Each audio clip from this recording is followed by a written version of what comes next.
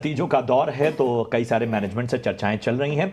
इसी कड़ी में आज हमारे साथ गोदरेज कंज्यूमर का मैनेजमेंट भी है। दूसरी तिमाही में गोदरेज कंज्यूमर के नतीजे अनुमान के मुताबिक रहे हैं। आय में करीब 2% की बढ़त रही है तो मुनाफे में करीब 14% का इजाफा देखने को मिला है। मार्जिन में भी सुधार हुआ है। इस बार के नतीजों और ग्रोथ के आउटलुक पर चर्चा के लिए हमारे साथ हैं कंपनी के CFO आसिफ मलबारी साहब। आसिफ, बहुत बहुत स्वागत आपका। नतीजे अच्छे रहे हैं और जिस तरह की उम्मीद थी उसी मुताबिक नजर आए हैं, वो भी एक ऐसे दौर में अगर हम आपके पीयर्स से तुलना करें तो आपकी कंपनी के लिए क्या वो चीजें रहीं जो हक में गई हैं, और आगे अगर हम वॉल्यूम के फ्रंट पे बात करें तो किस तरह का नजरिया है? हम काफ़ी खुश है जैसे हमारे नंबर्स आए हुए हैं। हमारे जो की मार्केट्स है उसमें हमारा ग्रोथ काफ़ी अच्छा आया हुआ है। इंडिया और इंडोनेशिया में हमारा 7% ग्रोथ था। लैटाम बिजनेस का ग्रोथ हमारा close to 50% underlying volume growth था।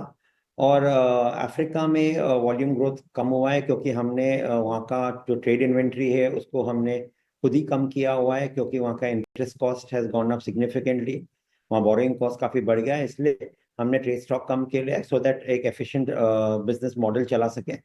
सो ओवरऑल शेप काफ़ी अच्छे से आया हुआ है, हम लोग ग्रोथ से काफ़ी खुश है। As far as price growth is concern, ये क्वार्टर में प्राइस ग्रोथ हल्का सा नेगेटिव है, लेकिन काफ़ी प्राइसिंग एक्शंस हमने लिए हुए हैं लास्ट फ्यू मंथ्स में। एंड इसलिए जैसा ही हम लोग Q3 Q4 की तरफ जाएंगे, प्राइस ग्रोथ भी पॉजिटिव आएगा। So overall revenue definitely step up होगा, क्योंकि प्राइस ग्रोथ का भी बेनिफिट मिलेगा। चलिए, क्योंकि आपने यहाँ पे प्राइसिंग ग्रोथ का जिक्र किया है, इसी को थोड़ा सा मैं समझना चाहती हूँ, क्योंकि ये उम्मीद जैसे की जा रही थी कि दूसरी तिमाही में इसका इम्पैक्ट दिखाई देगा, लेकिन ऐसा होता हुआ नहीं दिखाई दे रहा है। क्या लगता है तीसरी चौथी तिमाही में क्या इसका इम्पैक्ट, प्राइसिंग ग्रोथ का इम्पैक्ट हमें देखने को मिलेगा साफ तौर से? जैसा मैंने बताया कि प्राइसिंग ग्रोथ, क्योंकि कमोडिटी कॉस्ट काफ़ी बढ़े हुए हैं, पाम ऑयल का काफ़ी इन्फ्लेशन आया हुआ है, बाकी कॉस्ट भी बढ़ रहे हैं। तो कुछ प्राइसिंग एक्शंस हुए ऑलरेडी लिए हुए हमने, उसका बेनिफिट आते आते फेजिंग में Q3 हो जाएगा। सो Q3 से प्राइस ग्रोथ डेफिनेटली बिजनेस में आएगा एंड हेंस वो ऐड करेंगे। बिल्कुल। तो वॉल्यूम और सेल्स ग्रोथ पर मेरा सवाल है। दोनों ही कुछ 7% पर आए हैं और हमारे एक्सपेक्टेशन भी 7.5% का ही था, तो ऑलमोस्ट यहाँ पे इनलाइन ही नज़र आ रहा है। लेकिन हमें एक्सपेक्टेशन थोड़े सेल्स ग्रोथ से कुछ 8.5% का था। क्या आप बता सकते कि यहाँ पे थोड़ा स्लाइट मिस क्यों हुआ है स्ट्रीट एस्टिमेट के साथ अगर हम कंपेयर करें तो? तो जैसा मैंने बताया कि जो प्राइसिंग एक्शंस डेफिनेटली हमने लिए हुए हैं, क्योंकि कमोडिटी कॉस्ट काफ़ी बढ़े हुए हैं, लेकिन उसको फेस करते हुए थोड़ा इम्पैक्ट आने में टाइम लगता है। सो Q3 से आप प्राइसिंग बेनिफिट डेफिनेटली देखेंगे।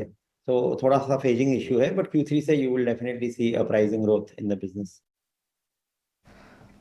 ठीक है। अब जरा अगर हम आगे का नजरिया लें, खासतौर पे FY25 के एंड तक की, तो क्या हम उम्मीद करें डबल डिजिट वॉल्यूम ग्रोथ की FY25 के एंड तक? उस पे क्या नजरिया बन रहा है आपका?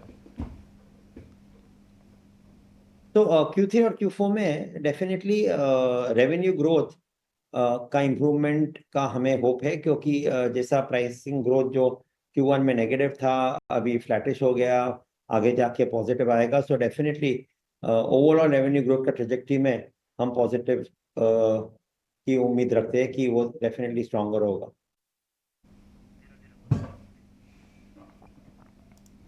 चलिए, तो यहाँ पर अगर हम कमोडिटी इन्फ्लेशन की बात करें तो ये काफ़ी समय से हमें ऊंचे लेवल पर दिखाई दे रहा है, लेकिन आपके बिजनेस पर इसका कितना इम्पैक्ट आया है और किस तरह से जो कॉस्ट बढ़ी है उसको आपने पास ऑन किया है, और आने वाले वक्त में क्या आपकी रणनीति होगी, स्ट्रैटेजी होगी कंज्यूमर्स को ये महंगाई पास ऑन करने की, क्योंकि फ़िलहाल कमोडिटी प्राइसिंग के ईज आउट होने के कोई आसार नहीं दिखाई दे रहे हैं।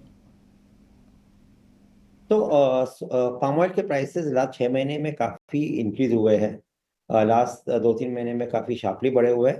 जब भी पाम ऑयल के प्राइसेस बढ़ते हैं तो उसके प्राइस, सोप के प्राइस इंक्रीज करने में थोड़ा वक्त लगता है, क्योंकि हम लोग पहले असेस करते हैं कि ये इंक्रीज परमानेंट है या थोड़ा सा कम होगा, वॉलेटिलिटी रहती है। So price increase finish products में करते हैं थोड़ा टाइम लगता है, and hence it will be a more gradual graded price increase which will happen.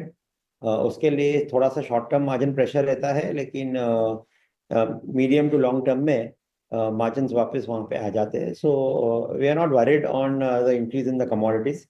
It is more a short term pressure, but long term में in any case price increases आके margin reinstate हो जाते हैं.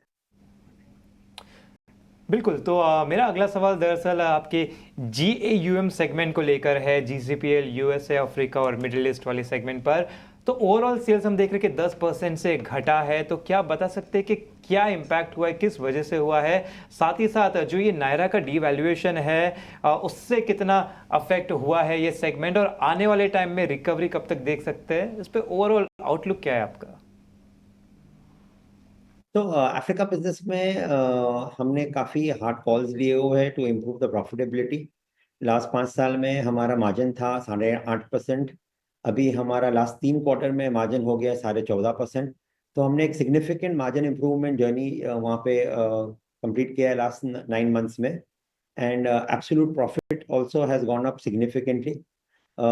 वो करने के लिए हमें एक एफिशिएंट बिजनेस चलाने की ज़रूरत है, क्योंकि वहाँ पे interest cost etcetera are quite high. तो हमने ट्रेड की इन्वेंट्री कम किए हुए वहाँ पे, और काफ़ी डायरेक्ट डिस्पैचेस इंक्रीज किए हुए हैं.